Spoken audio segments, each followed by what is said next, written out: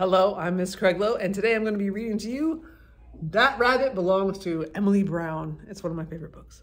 That Rabbit Belongs to Emily Brown.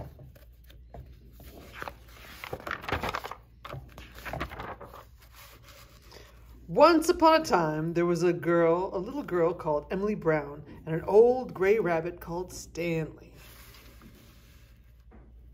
One day, Emily Brown and Stanley were launching themselves into outer space to look for alien life forms when there was a rat-a-tat-tat on the kitchen door.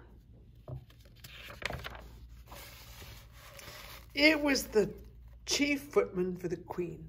He said, "The Queen has very kindly noticed your rabbit. She would like to have that bunny wunny. In return, she offers you this brand new golden teddy bear." Emily Brown looked at the Queen's teddy bear. It was stiff and new and gold and horrible. It had staring eyes and no smile at all.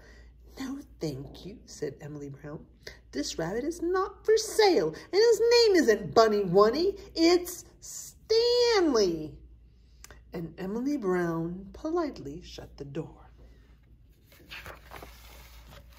An hour or so later, Emily Brown and Stanley were riding through the Sahara Desert on their motorbike when there was a rat-a-tat-tat on the garden door.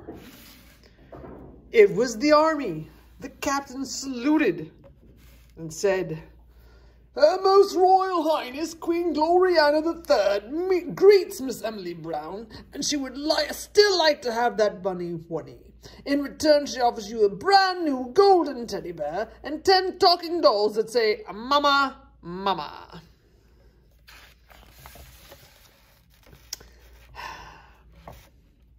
Emily Brown said, "I don't want 10 talking dolls. I want my rabbit, and his name isn't Bunny Wunny, it's Stanley." And Emily Brown sent that army away less politely this time. A few days later, Emily Brown and Stanley were deep-sea diving off the Great Barrier Reef when there was a rat-a-tat-tat at the garden door. It was the Navy. The Admiral saluted and said, "Her Most Glorious Royalness Queen Gloriana III greets Miss Emily Brown, and she would like you to hand over the rabbit at your earliest convenience. She points out that she is the poshest person on the planet, and Bunny Wunny would be much better off with her. In return, she offers you this brand new golden teddy bear, 10 talking dolls that say, 'Mama, Mama,' and 50 rocking horses that rock forever."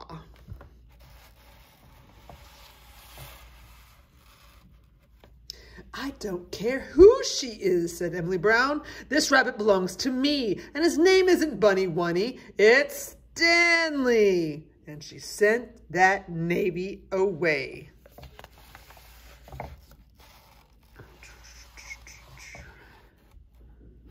A few weeks later, Emily Brown and Stanley were climbing through the Amazon rainforest when there was a rat-a-tat-tat at the garden door. It was the Air Force. The wing commander saluted and said, "Oh, Excellence, the most mighty Queen Gloriana III greets Miss Emily Brown, and she says that she must have that bunny wunny right now, or she will not answer for the consequences.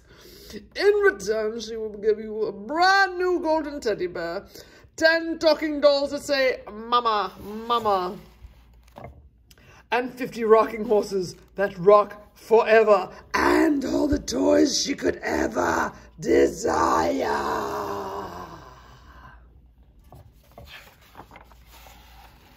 Now Emily Brown was fed up. She sent that Air Force away, and she pinned a notice on the garden gate that read, "This rabbit is not for sale, and his name is not Bunny Wunny, it's Stanley.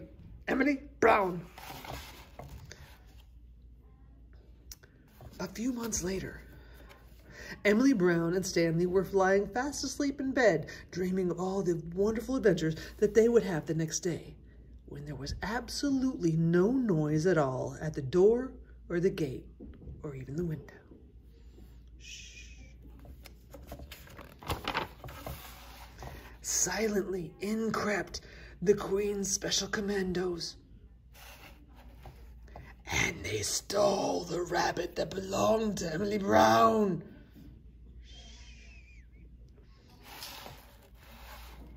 When Emily Brown woke up the next morning for the first time in her life, there was no Stanley! Emily Brown was so cross. She just knew what had happened. She marched straight up to the palace on the hill. She knocked on that naughty Queen's front door. Rat-a-tat-tat. Emily Brown ran into the palace, and there was that naughty Queen crying like anything. The first thing she said was, "Oh, thank goodness you've come, Emily Brown. There's something wrong with Bonnie Wunny." There was indeed something wrong with Stanley.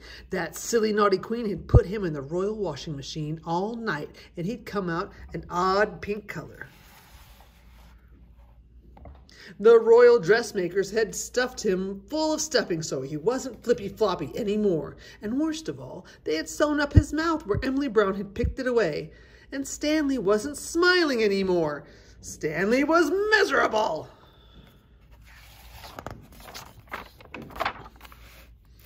"Oh, Emily Brown, Emily Brown, is there anything you can do?" asked the Queen.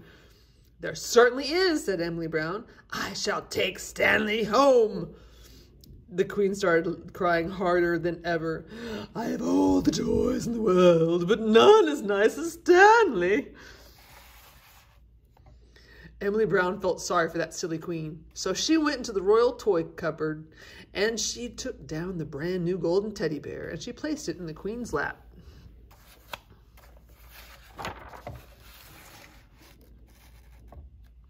Emily Brown whispered so that no one else could hear. "You take that brand new teddy bear and you play with him all day. You sleep with him at night, hold him very tight and make sure you have lots of adventures. And then maybe one day you'll wake up with a real toy of your own." And Emily Brown and Stanley went home. "Goodbye, Miss Brown."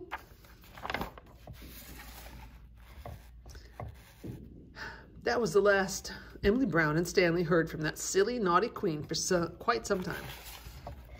But one day, a couple of months later, as Emily Brown and Stanley were exploring the outermost regions of the Milky Way, there came a rat-a-tat-tat at the kitchen door.